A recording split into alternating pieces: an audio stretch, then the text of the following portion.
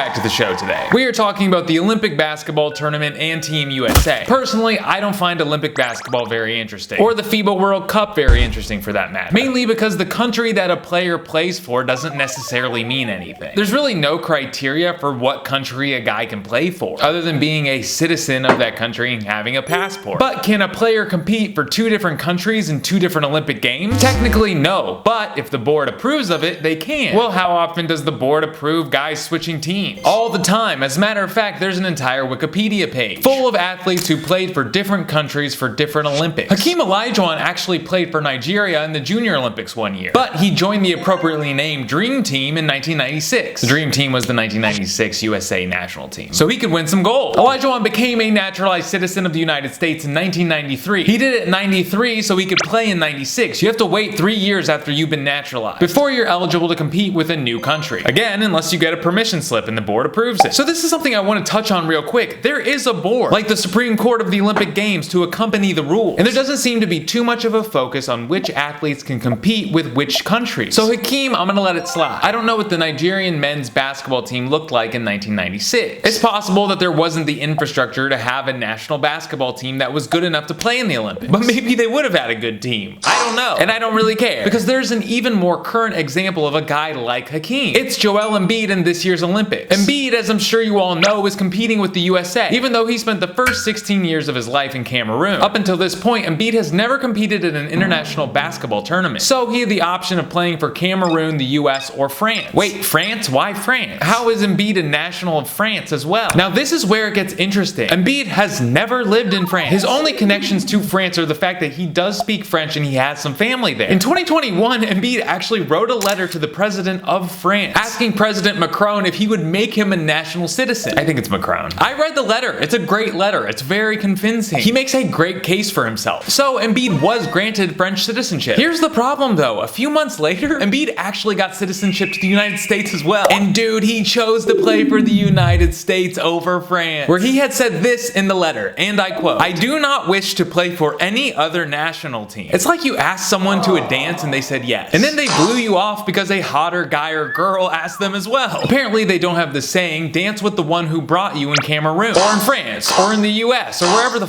Embiid's from, because Embiid has actually ghosted 2 countries now. In 2017, Embiid was named to the Cameroonian Afro basketball team, and if he had competed in that tournament, for all intents and purposes, he would have been locked into playing for the Cameroon for the rest of his international career. And here's another detail about Embiid. The man who discovered Embiid and his talent was Luc Mbah a Moute, another Cameroonian NBA player. This was Embiid's mentor, and he was very disappointed that he didn't play for Cameroon. But at the same time, Siakam didn't play for Cameroon either in the Olympic qualifiers. So I can't be too hard on Embiid if I'm not going to be that hard on Siakam. So this is my gripe with international basketball, and namely the Olympics. It's the fact that I don't know what it's supposed to be. Because just from this Joel Embiid story alone, you can't tell me that Olympic national teams represent identity, with how easy it is to be granted citizenship of a country, regardless of how much time you've actually spent there. You can't even tell me that Olympic teams represent allegiance. Look at Joel Embiid, he has no allegiance. If France wins the gold medal, he'll probably try to play with them in 2028. And I know I run the risk of sounding xenophobic, but I also don't like it when Americans do it either. Guys like Jordan Clarkson and Rondé Hollis-Jefferson. Guys who were born in the United States, went to high school in the United States, and went to college in the United States, playing for national teams that they have barely any connection to. I wanted to see what Rondé Hollis-Jefferson's connection was to Jordan, the country Jordan, who he plays for. And there is no connection. He says that his agent just called him up and they were looking for a naturalized citizen to play on their team. He thought it was a cool opportunity to play in the FIBA World Cup. So now he is a citizen of Jordan, the country. Not like Jordan Brand or something. A country that I'm positive he'd never been to before he started playing on the national team. So I understand if basketball players who didn't make the USA team but want to compete in international basketball are watching this video and they're saying, "Fuck you, dude, what's it to you? It's not your business." And they'd be right, it isn't any of my business, and I'd probably say the same thing if I were them. But I feel like at some point you have to draw a line and decide who's an American, who is a Filipino, who is a Jordanian. Those words have to mean something. So I put a lot of thought into this, and I think I have a good way to decide what country you should represent as an Olympic athlete. Whatever country you spent the majority of your time before you were 18, that is the country that you represent. That's not bad, right? Alright, moving on, let's talk about Team USA. Who decides who plays plays for Team USA. It's former Team USA gold medalist Grant Hill. Well, surely it just can't be Grant Hill, one dude. Surely it is. There's no board, there's no nothing. It's just Grant Hill, who's the managing director of the team. So if Jaylen Brown has a problem with not being selected, he should take it up with Grant Hill, not Nike. But Jaylen Brown is still in that 41 player pool of guys that could be picked up to play on the team if there's another injury. And there are a lot of good players in that pool. Damian Lillard, Donovan Mitchell, Jimmy Butler, all these guys were not selected for this year's team. And I think there are two reasons that so many guys wanted to play on the USA team this year. The main reason is it's the OG's last opportunity to represent their country. With guys like Steph Curry, LeBron James, and Kevin Durant all on that roster, you bet every player in the league is going to want to be on that dream team photo with USA across their chest. And I think the other reason is the United States' performance in the FIBA World Cup last year. Now I know USA hasn't won the FIBA World Cup since 2014, but I think what made last year's tournament so memorable was the loss to Canada in the consolation game and having to watch Dylan Brooks celebrate. American dudes don't like Dylan Brooks. So I think American players are coming back for their pride. I say coming back for their pride, but the truth is the US men's team hasn't not won gold since 2004. And then you got to go all the way back to 1988 if you're looking for a medal that isn't gold. The US owns basketball. It's not a flex, it was just invented here. So it's kind of boring watching the Olympics as an American basketball fan because it's assumed that the US is gonna win every 4 years. So as a USA fan, you're kind of watching just hoping the USA doesn't lose. I like watching the FIFA World Cup because no one's expecting anything of Team USA. We kind of suck. So if we even make it out of the group stages, if we even qualify, it's really exciting. That's not the case for USA basketball in the Olympics. If the US gets anything less than gold, it's an embarrassment. And here's the thing, what I think's best for the sport of basketball is if another team wins, not the USA. I'm not saying that I'm rooting against the USA, that'd be treason. I'm just saying for the sake of growing the game, which we all want to do, right? Another country achieving success in the Olympic Games is only going to grow the sport more international. So the only teams I believe actually have a chance of beating the US are France, Canada, and Australia. Serbia, Greece, Slovenia, they obviously have Jokic, Giannis, and Luka. But if you look at the rest of their rosters, they don't even really have any other NBA players. But hey, I could be wrong. Team basketball could defeat individual talent. We've seen it before. Australia, on the other hand, has 7 NBA players on their team, which is really impressive. They even cut Matisse Thybulle, an NBA player. But the best players on their team are Josh Giddey and Patty Mills. So I don't think that's going to get it done against LeBron James, Steph Curry, and Kevin Durant. Sorry. But France is in the mix too, and that's a major leap up from Australia. They've got Rudy and Wemby. If you think about it, those are the 2 best defensive players in the NBA, along with Evan Fournier, Nicolas Batum, Bilal Coulibaly, all legit rotation players in the NBA, depending on your opinion of Fournier. But I think the biggest threat to Team USA is Team Canada. Shai Gilgeous-Alexander leading that team, the 2nd best player in the NBA, supported by Jamal Murray, a starting point guard on a championship team, Dylan Brooks, an all-defensive player, and then the rest of their team is all NBA players except for one guy. So fingers crossed, I am hoping we get a North American championship game.